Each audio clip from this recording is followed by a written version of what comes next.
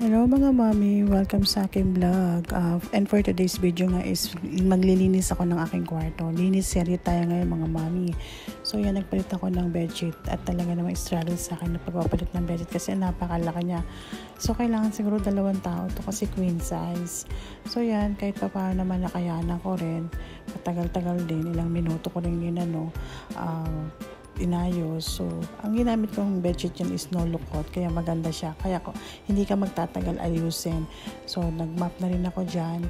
Kung nakita nyo yung unang video ko dito sa taas ko, dito sa bago ko nakauwi, galing ng Saudi, napaayos ko talaga tong second floor ko. Kasi nung una, hindi talaga, asing bodega siya, yung tambakan ng mga gamit namin. So, ito na yung kinalabasan niya. Ito na yung taas ko. Unti-unti ko na napapaayos, tsaka napapaganda. At yan na nga, tignan nyo yung camera na ginamit ko dyan. Tripod siya. Malinis serye na ako kasi meron na akong stand. Yun lang po. Salamat!